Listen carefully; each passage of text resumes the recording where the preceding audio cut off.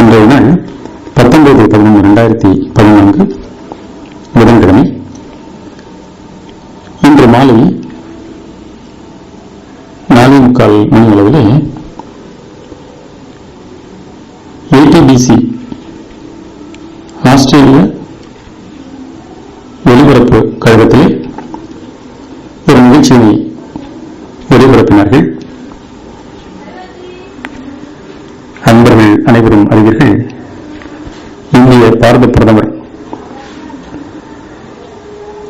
திரு நரேந்திர மோடி அவர்கள் சமீபத்திலே ஆஸ்திரேலியா சென்று அங்கே உரையாற்றியதையும்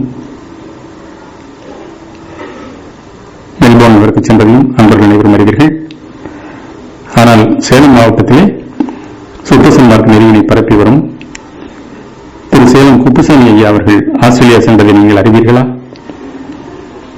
அவரை ஏடிபிசியில், அதாவது சிட்னி நகரிலே அவர் சென்றிருந்த பொழுது அங்கே ஒலிபரப்பு கழகத்திற்கு அவரை வரவழைத்து வல்லார் நெறி பற்றிய சுத்தசன் மார்க்க கொள்கைகளை விளக்கும் விதத்திலே அரை மணி நேரம் அவரிடம் பேட்டி எடுத்திருக்கின்றார்கள். அந்த பேட்டி 19/11/2014 நாளன்று மாலை 4:45 இந்திய நேரம் அரை மணி நேரம் ஒலிபரப்பாகியது. ஐயா திரு சேலம் குப்புசாமி ஐயா அவர்கள் ஆஸ்திரேலியாவில் சிட்னி மாநகரிலே ஏடிபிசிக்கு அளித்த பேட்டியினை அன்பர்கள் தொடர்ந்து கேட்கலாம். அருட்பெருஞ்சோதி அருட்பெருஞ்சோதி, தனிப்பெரும் கருணை அருட்பெருஞ்சோதி. தயவு.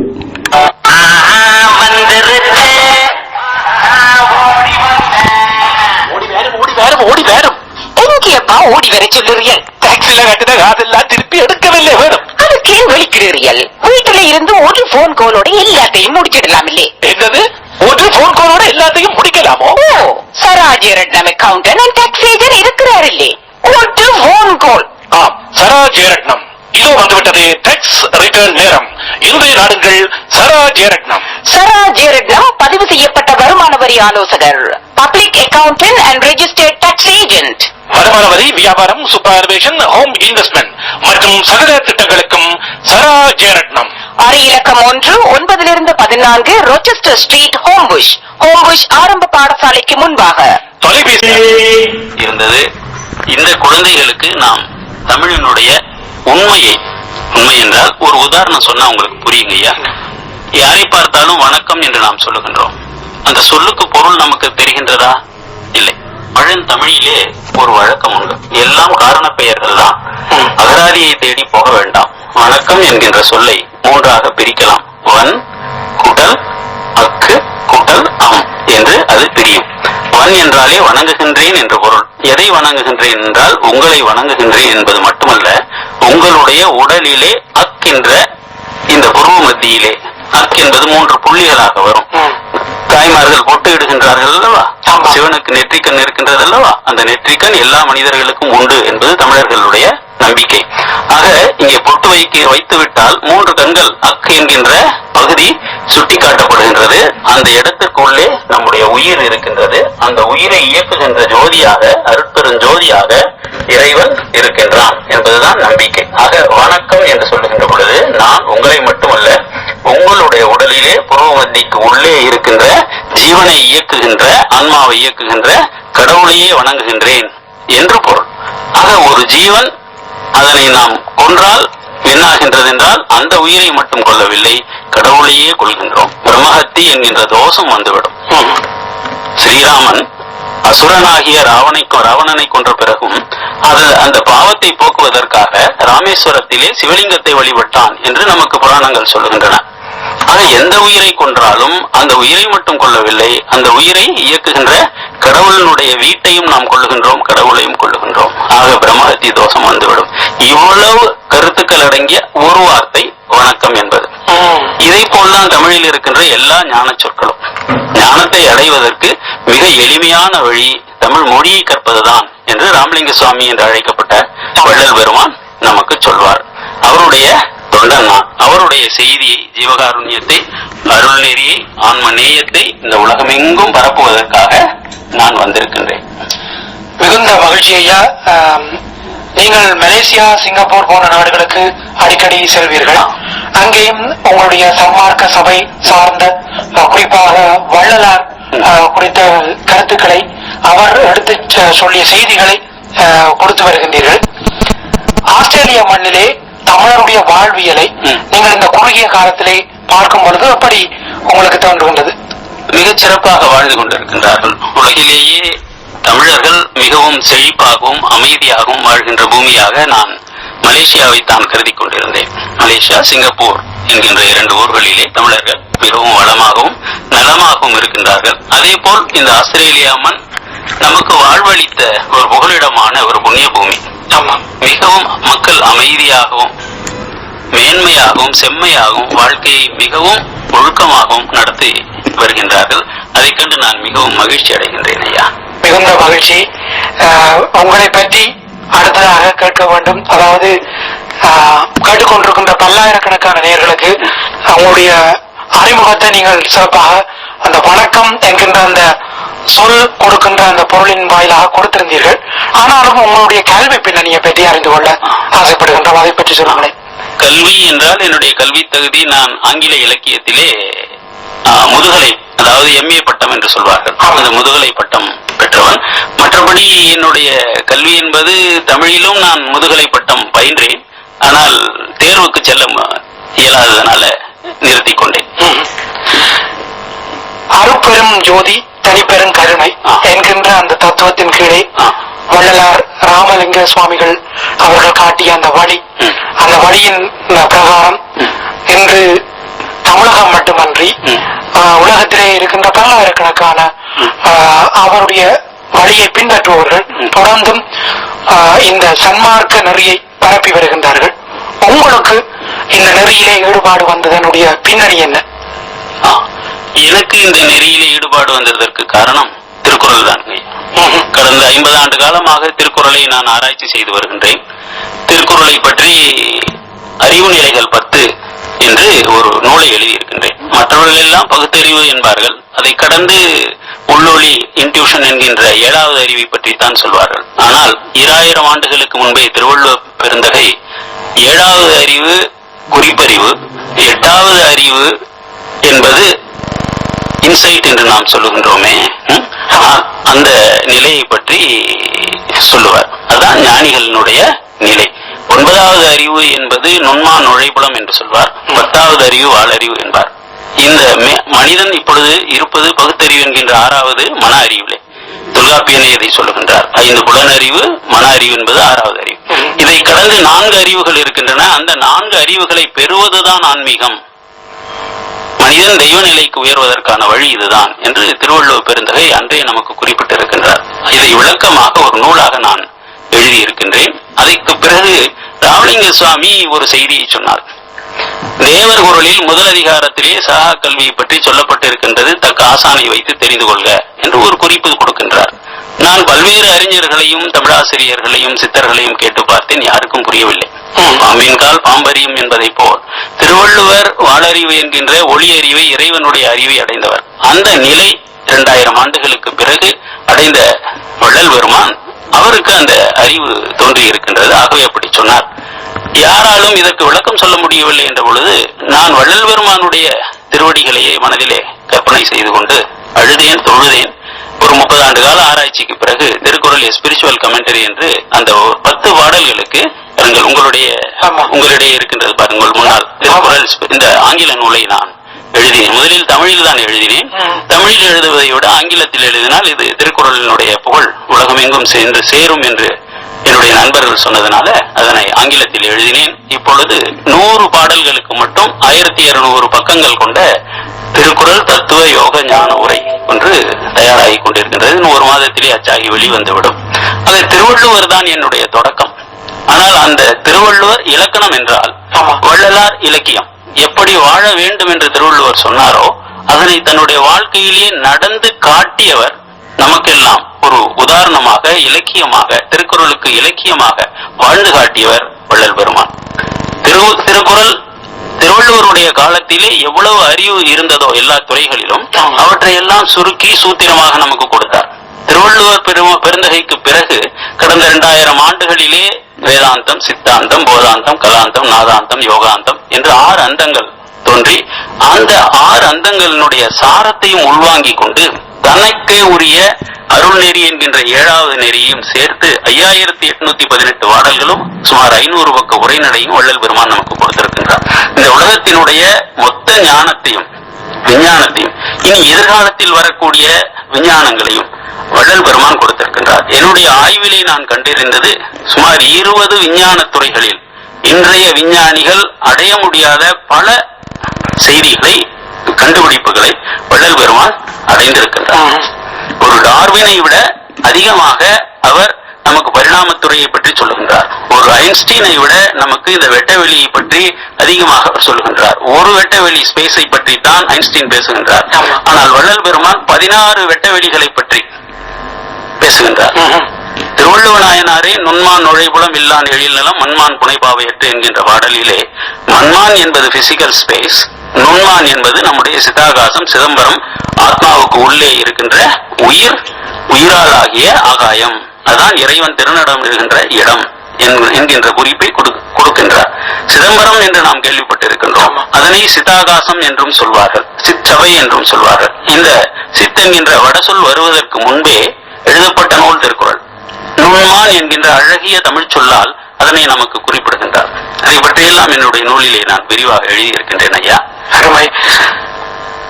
அதாவது வள்ளலார் சுவாமிகள் சோதியை முன்னிலைப்படுத்தி, அதாவது ஒரு அருவ நெறியை தன்னுடைய இந்த கடவுள் கோட்பாடாக நிறுவியிருக்கிறார் என்று சொல்லலாமா?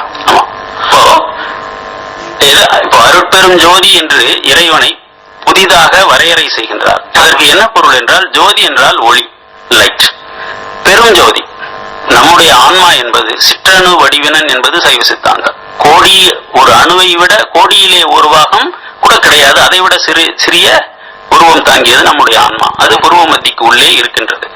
அது தன்னுடைய மின்காந்த சக்தியால் உடல் முழுவதும் பரவி உடலில் இருக்கின்ற 3 லட்சம் கோடி செல்களை ஒன்றாக திரட்டி வைத்திருக்கின்றது. ஆனால் அதனுடைய அளவு உருவம் எவ்வளவு என்று பார்த்தால் சிற்றணு வடிவினன் என்பது உண்மை.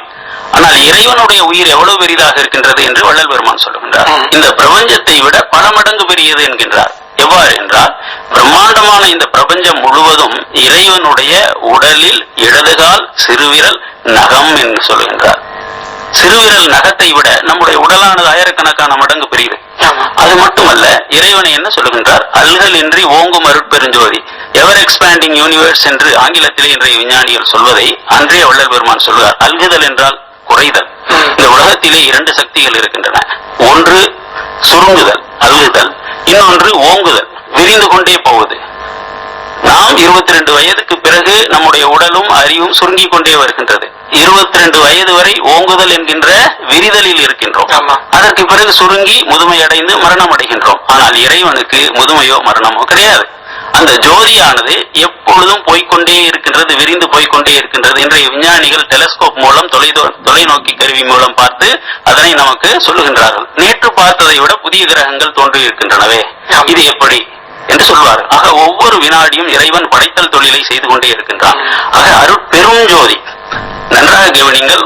முன்னால் அருள் என்று சொல்லுகின்றார். அது சாதாரண பிசிக்கல் லைட் அல்ல, பௌதீக ஒளி அல்ல. இறைவன் 3 ஒளிகளை பற்றி வள்ளல் பெருமான் சொல்லுகின்றார். இன்றைய விஞ்ஞானம் ஒரு ஒளியை பற்றி தான் சொல்லுகின்றது, ஒரு லைட்டை பற்றி தான் பேசுகின்றது. அது பௌதீக விஞ்ஞானம், பௌதீக ஒளி.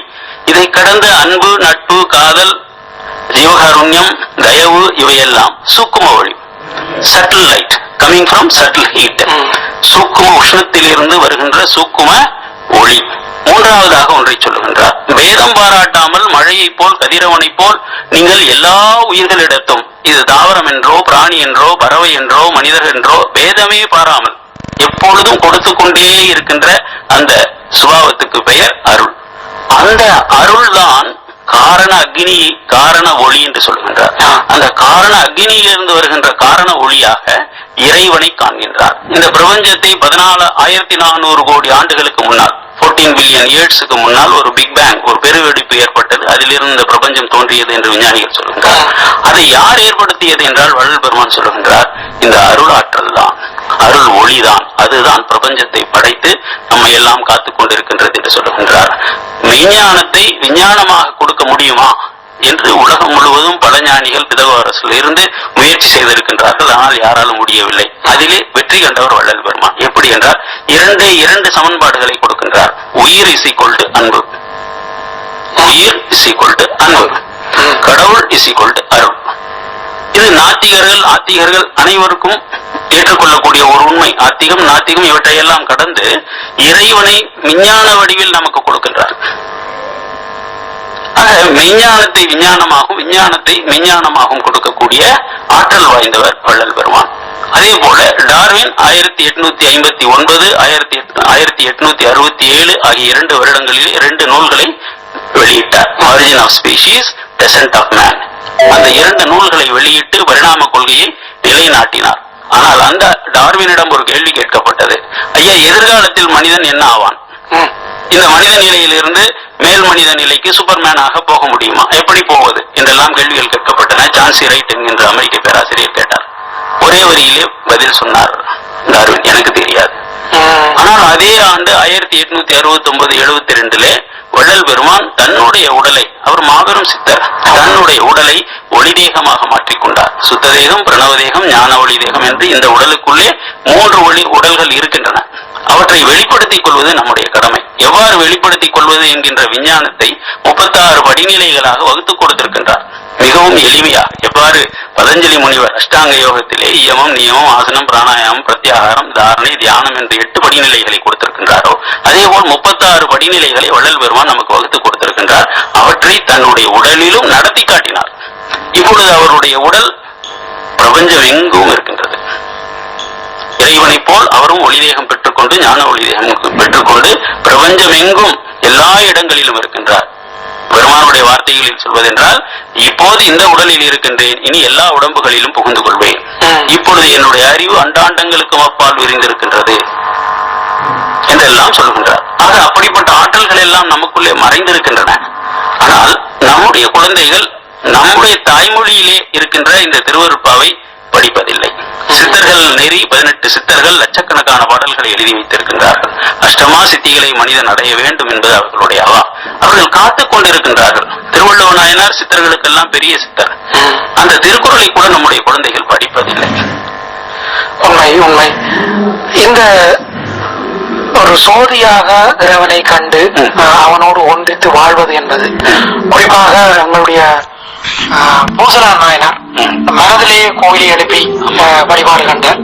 திருமூலர் சொல்கின்றார், உள்ளம் பெரும் கோயில், உள்ளம் ஆலயம், வள்ளலாருக்கு வாய் கோபுரவாசன், தெள்ளத்தெளிந்தார்க்கு ஜீவன் சிவலிங்கம்.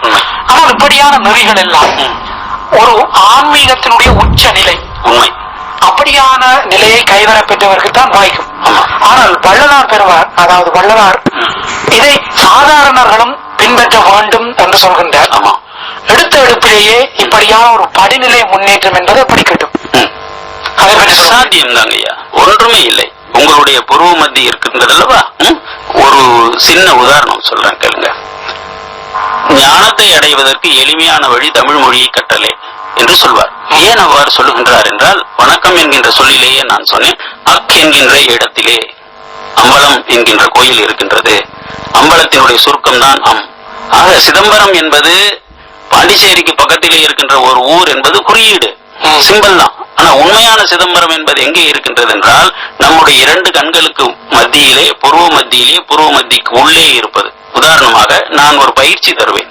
இது மறைத்து சொல்லப்பட்டது, ஆனால் இன்று எல்லாவற்றையும் வெளிப்படுத்த சொல்லி வள்ளல் பெருமானுடைய ஏற்பாடு. நான் இங்கே யோக பயிற்சிகள் எல்லாம் தருகின்றேன். அங்கே வந்தால் தெளிவாக நான் காட்ட முடியும். ஆனால் உதாரணத்துக்கு உங்களுக்கு ஒன்று சொல்லுகின்றேன். அக் என்கின்ற ஒரு உச்சரிப்பை நீங்க செய்து பாருங்கள். ஒரு நிமிடம் உங்களுடைய மூச்சை நிறுத்தி பாருங்கள். ஒரு இடத்திலே அழுத்தம் ஏற்படும், அண்ணாக்குக்கு மேலே. அந்த அக் என்கின்ற இடத்திலே தான் நம்முடைய உயிர் ஆன்மா இருக்கின்றது. அதுதான் சிற்சபை. யாரு வேண்டுமானாலும் இதை செய்யலாம். ஆனால் மறைத்து பரிபாஷையிலே சொல்லிவிட்டார்கள். ஆனால் வள்ளல் பெருமான் அதை வெளிப்படுத்துகின்றார். அக் என்று சொல்லி பாருங்கள். அந்த இடத்திலே உங்களுடைய உணர்வு ஒரு நிமிஷம் நிறுத்தி பாருங்கள். ஆனால் 1 நிமிஷத்திற்கு மேல் செய்யக்கூடாது, ஏனென்றால் மூச்சு திணறும். மாதம் 1 நிமிஷம் கூட்டிக் கொண்டே வர வேண்டும். கூட்டிக் கொண்டே வந்தால் அதுதான் மோட்ச வீட்டின் திறவுகோள். நம்மாழ்வார் மோட்சத்திற்கு கோயிலுக்கு சென்ற நாளை வைகுண்ட ஏகாதசி என்று இன்று புராண மரபிலே சொல்லுகின்றார்கள், நாம் செய்கின்றோம். ஆனால் பழைய நூல்களை, ஆச்சாரியர்களுடைய வரலாறுகளை நீங்கள் படித்தால், வைணவ ஆச்சாரியர்களுடைய நூல்களை, அவர் சொல்வார் முக்கோடி திருவிழா. இந்த வைகுண்ட ஏகாதசிக்கு தமிழிலே என்ன பெயர்? முக்கோடி திருவிழா. ஏன் முக்கோடி திருவிழா என்று சொல்லுகின்றார்கள் என்றால், முக்கோடி என்பது 3 கோடுகளாலான முக்கோணம், நெற்றிக்கண், கீழே 2 கண்கள், இதற்கு மத்தியிலே இருக்கின்ற இந்த புருவ மத்தி தான் முக்கோடி. அந்த முக்கோடிக்குள்ளே உங்களுடைய உயிரை அந்த கடைசி நேரத்தில், உயிர் பூமியின் உடலை விட்டு பிரிகின்ற நேரத்திலே, இந்த புருவ மத்தியிலே நீங்கள் லக் என்கின்ற இடத்திலே நீங்கள் வைத்துக் கொண்டால் எவனுக்கு அங்கு வேலை இல்லை, நீங்கள் முக்தி அடைந்து விடுவீர்கள். இதைவிட எளிமையான வழி என்ன இருக்கின்றது? மற்றவர்கள் சொல்லவில்லை, மறைத்தார்கள், அதை காதிலே ஓதுவார்கள். ஆனால் வள்ளல் பெருமான் என்ன சொன்னார் என்றால், ஒளித்து உரைப்பவன் அலன் யான் வாய்ப்பறை ஆக்கின்றேன், எல்லாவற்றையும் நான் வெளிப்படுத்துகின்ற நேரம் வந்துவிட்டது. காலம் ஏன் உரைத்தேன்? காலம் உண்டாகவே உரைத்தேன் என்று சொல்லுகின்றார். அது மட்டுமல்ல, இறைவனுடைய கட்டளை இது. இறைவன் என்ன சொல்லுகின்றார் என்றால், 20 லட்சம் ஆண்டுகளுக்கு முன்பே ஒரு மனித குரங்கு மனிதனாக மாறியது, ஹோமோசேப்பியன்ஸ் என்கின்ற மனித இனம் தோன்றியது. ஆனால் இப்பொழுது ஒரு பெரிய பாரிய மாற்றம் ஏற்பட்டுக் கொண்டிருக்கின்றது. மனித குலம் அதனுடைய கடைசி கட்டத்தில் இருக்கின்றது. மனித குலம் இறை மனித குலமாக, எல்லோரும் சித்தர்களாக, எல்லோரும் சூப்பர்மேனாக மாறுகின்ற ஒரு காலகட்டத்தில் இருக்கின்றோம். 1960களிலேயே சர் ஜூலியன் ஹக்ஸ்லி என்கின்ற விஞ்ஞானி, அவர் யுனெஸ்கோ என்கின்ற ஸ்தாபனத்தினுடைய தலைவராக இருந்தார், மிகப்பெரிய விஞ்ஞானி. அவர் சொன்னார், இப்பொழுது நம்முடைய மரபணுக்களிலேயே ஒரு பெரிய மாற்றம் ஏற்பட்டுக் கொண்டிருக்கின்றது. டிரான்ஸ்ஹியூமனிசம் என்கின்ற பெயரால் அதை சொல்லுகின்றார். மனிதர்கள் அதிமனிதர்களாக அடுத்த கட்டத்திற்கு பரிணாமத்திலே போய்கொண்டிருக்கின்றார்கள். அதற்கு உண்டான மாற்றங்கள் நம்முடைய உடலிலே, நம்முடைய மரபணுக்களிலே ஏற்பட்டுக் கொண்டிருக்கின்றது என்பதை நான் உணர்கின்றேன் என்று சொன்னார். ஆனால் அதற்கு 100 ஆண்டுகளுக்கு முன்பே வள்ளல் பெருமான் இறைவன் சொன்னதாக ஒரு செய்தியை சொல்லுகின்றார். கொலை புரிவார் தவிர மற்ற அனைவரும் நின் குலத்து மக்களே, நீ என் குலத்து முதல் மகனே. ஆக வள்ளலார் தொடங்கி புதிய அதிமனித குலம் என்று ஒன்று ஏற்பட்டுக் கொண்டிருக்கின்றது. அதிலே கொலை செய்வர்கள் மட்டும் விலக்கு, அவர்கள் அந்த இடத்துக்கு மேல்நிலைக்கு வர முடியாது.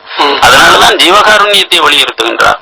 எல்லா யோகங்களையும் சொல்லித் தருகின்றார், தியானங்களையும் சொல்லித் தருகின்றார். அவற்றையெல்லாம் கடந்து ஜீவகாருண்யமே மகா யோகம், தயவு நெறியே உயர்ந்த நெறி. ஏனென்றால் அந்த ஒன்றுதான் உங்களை இறைநிலைக்கு கொண்டு செல்லும், மேன்மைப்படுத்தும் என்று.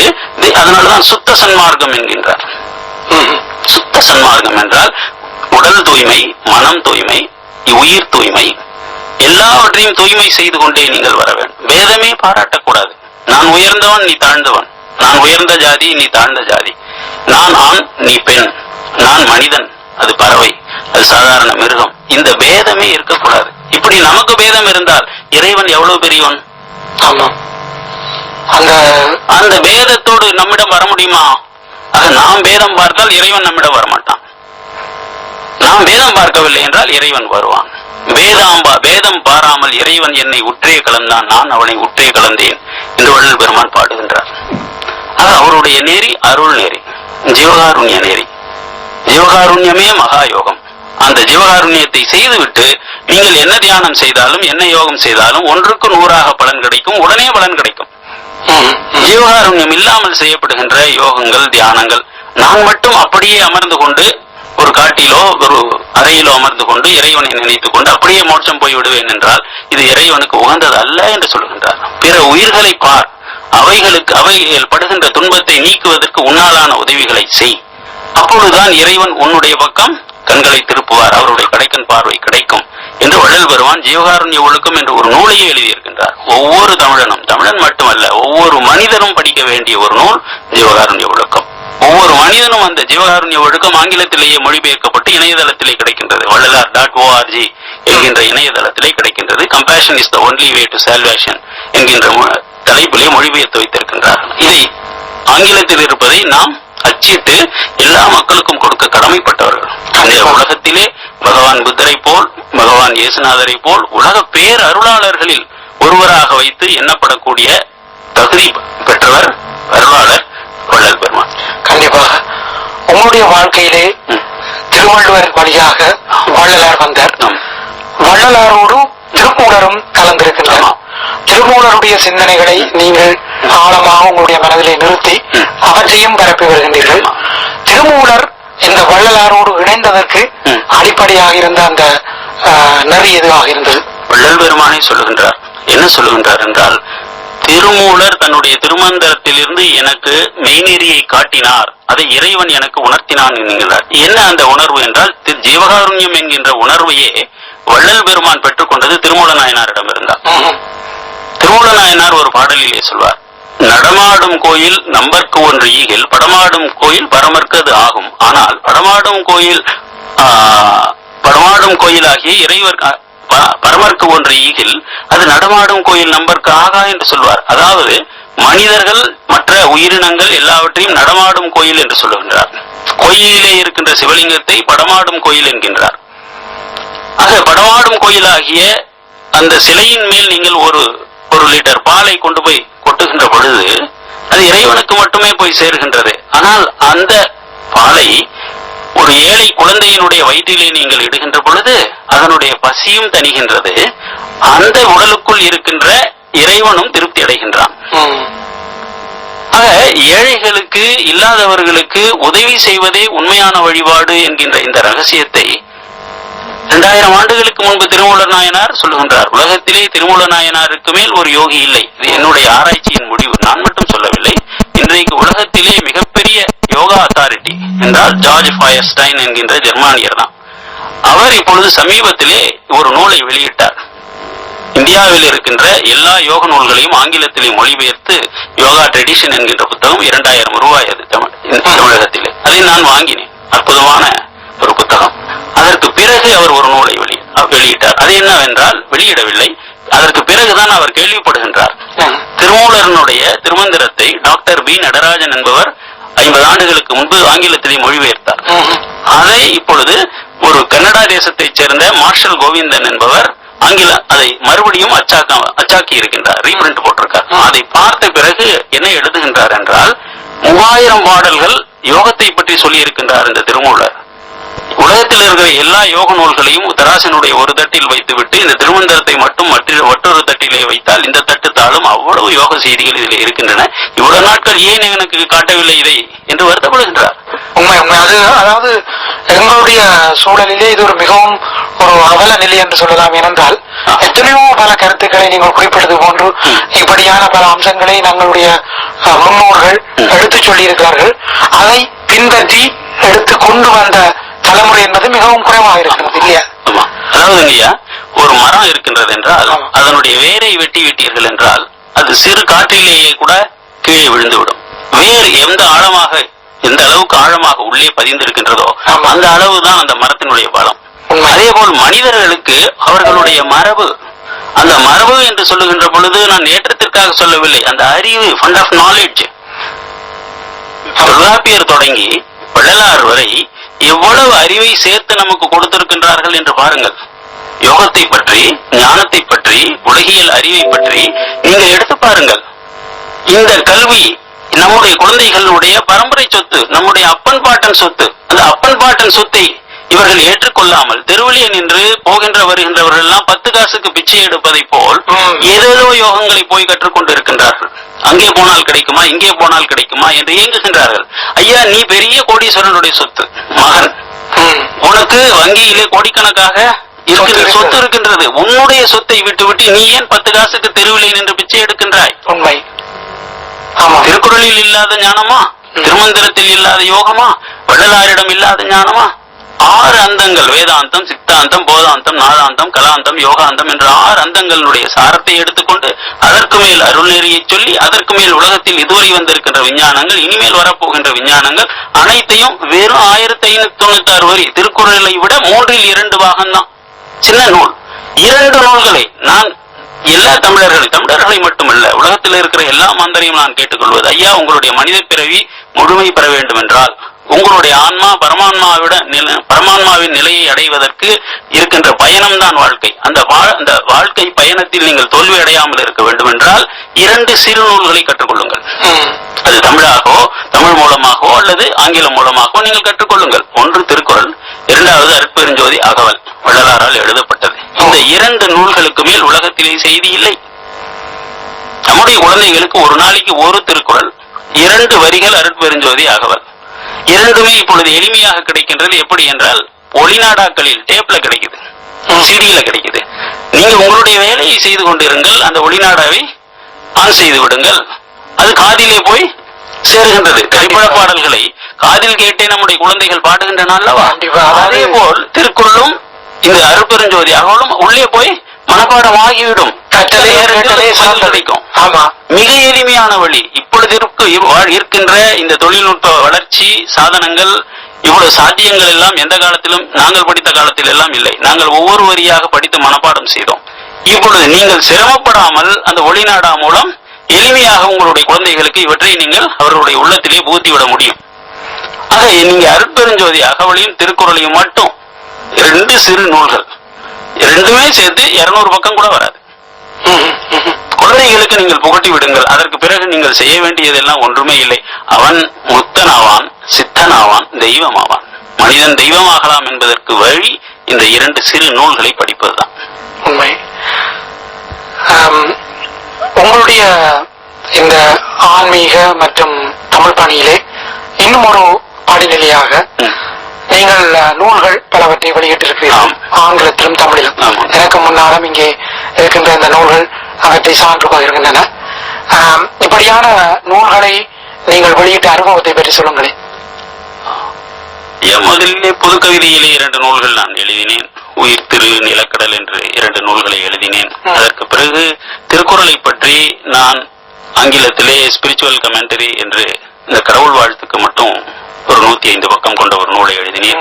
இப்பொழுது 1200 பக்கத்திலே பெரிய நூலாக முதல் பகுதி வந்து கொண்டிருக்கின்றது. அதை போல் 12 பகுதிகள் வரும். மொத்தம் 12,000 பக்கம் வரும். திருக்குறள் தத்துவ யோக ஞான சித்த சன்மார்க்க உரை, புறஞான நூல். திருக்குறளை ஏதோ ஒரு நீதி நூல், ஒரு கிராமத்து பெரியவர் சொல்லுகின்ற பழமொழிகளுடைய தொகுப்பு என்று கருதி கொண்டிருக்கின்றார்கள். அல்ல, உலகத்தில் இருக்கின்ற எந்த ஒரு வேதத்துக்கும் சற்றும் தாழ்ந்ததல்ல ஞானத்திலே திருக்குறள். அது என்னுடைய மகாவித்வான் தண்டபாணி தேசிகர் எனக்கு சொல்லிக் கொடுத்த உண்மை. அவற்றை நான் நூலாக போட்டுக் கொண்டிருக்கின்றேன். அடுத்ததாக அருட்பெருஞ்சோதி திருவருட்பாவை பற்றி 3 நூல்களை வெளியிட்டிருக்கின்றேன். சிவயோகம் என்று ஒன்று, கடவுள் விஞ்ஞானம் என்று ஒன்று, அருட்பெருஞ்சோதி அகவலுக்கு எளிமையான உரை. எப்படி திருக்குறளுக்கு மூவரதராசனார் ஐயா அவர்கள் எளிமையான உரையை போட்டார்களோ அதே போல் எளிமையான உரை, ஆனால் நூல் முழுவதும் இருக்கும். 1596 வரிகளுக்கும் எளிமையான உரை. இது இல்லாமல் நூற்றுக்கணக்கான சொற்பொழிவுகள் நான் அருட்பாவை பற்றியும் திருக்குறளை பற்றியும் பெரிய புராணத்தை பற்றியும் இசை வட்டுக்களாகவும் இருவட்டுக்களாகவும் ஒளிநாடாகவும் வந்திருக்கின்றன. நீங்கள் சார்ந்த இந்த சன்மார்க்க சபை அதனுடைய நிர்வாகமயப்படுத்தப்பட்ட செயற்பாடுகள், குறிப்பாக நீங்கள் தனிநபராக உலகம் பூராகவும் இந்த சன்மார்க்க நெறியை பரப்பி வருகின்றீர்கள், யோக நெறியினுடைய தத்துவத்தை விளக்கி வருகின்றீர்கள். நீங்கள் சார்ந்த நிறுவனத்தினுடைய செயற்பாடை பற்றி சற்று விரிவாக சொல்லுங்களேன். ஐயா, சன்மார்க்கத்திலே நான் 40-45 ஆண்டுகளாக இருக்கின்றேன். சன்மார்க்க மகாநாடுகள் எங்கெங்கே நடக்கின்றனவோ அங்கெல்லாம் என்னை அழைக்கின்றார்கள். நான் போய் பேசுகின்றேன். ஒவ்வொரு ஆண்டும் கடந்த 4-5 ஆண்டுகளாக மலேசியா, சிங்கப்பூர் ஆகிய ஊர்களுக்கு சென்று பேசி வருகின்றேன். தமிழ்நாட்டிலே எப்படியும் 3 மாதங்களுக்கு ஒரு முறை ஒரு மகாநாடு நடக்கும். என்னை அழைப்பார்கள், நான் போய் பேசுவேன். 2005 அகில உலக சன்மார்க்க மாநாடு பாரிஸ் நகரிலே நடந்தது. அதற்கு அழைப்பு வந்தது. நான் அங்கே போய் பேசினேன். ஆக என்னுடைய பணி என்பது சன்மார்க்கத்தையும் திருக்குறளையும் பேச்சு மூலமும் எழுத்து மூலமும் வாழ்க்கை மூலமும் பரப்புவதுதான் என்னுடைய வேலை. நான் சேலத்திலே சேலம் சன்மார்க்க சங்கம் என்று ஒன்று வைத்திருக்கின்றேன். சேலம் மாவட்ட சன்மார்க்க சங்கத்தினுடைய உறுப்பினராக கடந்த 45 ஆண்டுகளாக இருக்கின்றேன். நானே 1987ஆம் ஆண்டு ஒரு மாநில சன்மார்க்க மாநாட்டை கூட்டினேன். அப்பொழுது அருட்செல்வர் மகாலிங்கம் ஐயா அவர்கள் தலைமை தாங்கினார்கள். மகா ஞானி, நீங்கள் எல்லாம் அவருடைய படத்தை கூட பார்த்திருக்க மாட்டீர்கள் என்று நினைக்கின்றேன். தன்னை ஒழித்துக் கொள்பவன் சித்தன் என்று சொல்வார்கள். அவ்வாறு தன்னை ஒழித்துக் கொண்டு விளம்பரம் ஏதும் இல்லாமல் வாழ்ந்தவர் திண்டுக்கல் சரணானந்த சாமி. வள்ளலாருக்கு பிறகு மிகப்பெரிய ஞான நிலையிலே இருந்தவர். நித்திய பிரம்மச்சாரி, 96 ஆண்டுகள் வாழ்ந்தவர். அவருடைய திருமணமே செய்து கொள்ளவில்லை. அருட்பெருஞ்சோதி அகவலுக்கு முதலிலே தமிழிலும் ஆங்கிலத்திலும் உரை எழுதியவர். ஏராளமான நூல்களை எழுதியவர். அவருடன் நெருங்கி பழகுகின்ற பாக்கியத்தை பெற்றவன், அவருடைய ஆசியை பெற்றவன். அதே போல் நான் பாண்டிச்சேரி அன்னையை நேரிலே ஆசி பெற்றிருக்கின்றேன். பல ஞானிகளை, ஜெய கிருஷ்ணமூர்த்தி, யூஜி கிருஷ்ணமூர்த்தி, குரு நித்ய சைத்தன்யயதி, மாயம்மா, இவ்வாறு யோகி ராம் சரத்குமார் என்று பல ஞானிகளையும் என்னுடைய வாழ்க்கையிலே நான் சந்தித்திருக்கின்றேன், உரையாடி இருக்கின்றேன், அவர்களுடைய ஆசையை பெற்றிருக்கின்றேன். எல்லா ஞானிகளும் சொல்வது மனித நிலையிலிருந்து மேலேற வேண்டும், தெய்வ நிலைக்கு மேலேற வேண்டும். முக்த நிலை, சித்தர் நிலை, தெய்வ நிலை என்று 3 நிலைகள் உண்டு. அவற்றிற்கு மனிதன் செல்ல வேண்டும் என்பதுதான் அனைவருடைய அவாவும். அதிலே நமக்கு ஒன்றும் பேதம் இல்லை. ஆனால் முழுமையாக நமக்கு எங்கே கிடைக்கின்றது இந்த செய்தி என்றால் தமிழிலே தான் கிடைக்கின்றது. திருவள்ளுவரும் திருமூலரும் வள்ளலாரும் போதும் 3 நிலைகளையும் நமக்கு காட்டுகின்றார்கள். நம்முடைய குழந்தைகள் அனைவரும் இந்த 3 நூல்களை படித்தால் முதல்ல படிக்கணும். மீது எல்லாவற்றையும் படியுங்கள், நல்லது எங்கே இருந்தாலும் படியுங்கள். வேதங்கள், உபனிஷதங்கள், கீதை, எதை வேண்டுமானாலும் படியுங்கள், பைபிள், குரான் எல்லாவற்றையும் படியுங்கள். நான் வேண்டாம் என்று சொல்லவில்லை. ஆனால் முதலில் நம்முடைய சொத்து என்ன, நம்முடைய அப்பன் பாட்டன் கொடுத்து சென்றிருக்கின்ற சொத்து என்ன என்பதை நீங்கள் தெரிந்து கொண்டு அதற்கு பிறகு மற்ற நூல்களை வாசியுங்கள் என்பதுதான் என்னுடைய தாழ்மையான வேண்டுகோள். அருமை. அதாவது உயிர் என்றால் அன்பு என்று சொன்னீர்கள். ஈழத்தமிழிலே நாங்கள் உயிர் என்பதை சீவன் என்று சொல்லுவோம். அது ஒரு சுத்த தமிழாக இருக்கின்றது. சீவன் என்றால் சிவலிங்கம் என்று திருமூலர் சொல்லியிருக்கின்றார். அந்த வழியிலே உயிர், அன்பு, சிவன் எல்லாமே பின்னி பிணைந்த அந்த அருட்பெரும் ஜோதி, தனிப்பெரும் கருணை கேட்டு சொல்லும் பொழுதே எனக்கு மெய்சிலிருக்கின்றது என்றால் அப்படியான ஒரு மகா ஞானி அவருடைய அந்த நெறிமுறையை பின்பற்றி நீங்கள் பல்வேறு அறிஞர்களுடன் பழகி ஆன்மீக வழித்தோன்றர்களுடன் உங்களுடைய வாழ்நாட்டை செலவிட்டு அவற்றை எங்களுடைய தமிழ் மக்களுக்கு கடல் கடந்த நாடுகளுக்கும் சென்று நீங்கள் பரப்பி வருவது மிகுந்த மகிழ்ச்சி அளிக்கின்றது. உண்மையிலேயே உங்களை இந்த கலையகத்திலே சந்தித்து இவ்வளவு நேரம் உரையாடியது மிகுந்த மகிழ்ச்சியை தருகின்றது. நீங்கள் எத்தனையோ சொற்பொழிவுகளின் வாயிலாக கொடுக்கின்ற பல செய்திகளை இந்த கடந்த அரை மணி நேர பேட்டியின் வாயிலாக நேர்கள் கண்டிப்பாக கேட்டு ஒரு நிறைவை அடைந்திருப்பார்கள். நாம் சொல்லுகின்ற இந்த செய்திகளின் வழியாக கண்டிப்பாக உலகத்தின் மூலையிலே இருக்கின்ற யாரோ ஒருவருக்கு அந்த ஒளி பறக்கும். அந்த ஒளி பறக்கும் பொழுது நாம் வெற்றி அடைகின்றோம். அந்த வகையிலே கண்டிப்பாக இது ஒரு நிறைவான ஒரு பேட்டியாக நான் கருதுகின்றேன். இந்த பயணத்தின் போது நம்முடைய வானொலி நிலையத்திற்கும் பெற வேண்டும், இப்படியான ஒரு பகிர்வை கொடுக்க வேண்டும் என்ற ஒரு சிந்தனையோடு வந்த உங்களுக்கு நமது ஆசிரிய தமிழ் ஒலிபரப்பு கூட்டுத்தாபனத்தின் சார்பிலே எமது நன்றிகளை தெரிவித்துக் கொள்கின்றோம். நானும் உங்களுடைய ஆஸ்திரேலிய தமிழ் ஒலிபரப்பு கூட்டுறவு ஸ்தாபனத்திற்கு நன்றியுடையவனாக இருக்கின்றேன் ஐயா. உங்களுடைய நேயர்கள் அனைவருக்கும் என்னுடைய வாழ்த்துக்களை நான் சொல்லுகின்றேன். எல்லா வளமும் நலமும் பெற்று பெருவாழ் வாழ எல்லா உயிர்களுக்கும் இறைவனுடைய திருவருளையும் வள்ளல் பெருமானுடைய குருவருளையும் பிரார்த்தித்து விடைபெறுகின்றேன். நன்றி, வணக்கம் ஐயா. நீங்கள் கேட்டுக்கொண்டிருப்பது முத்துமணி மாலை.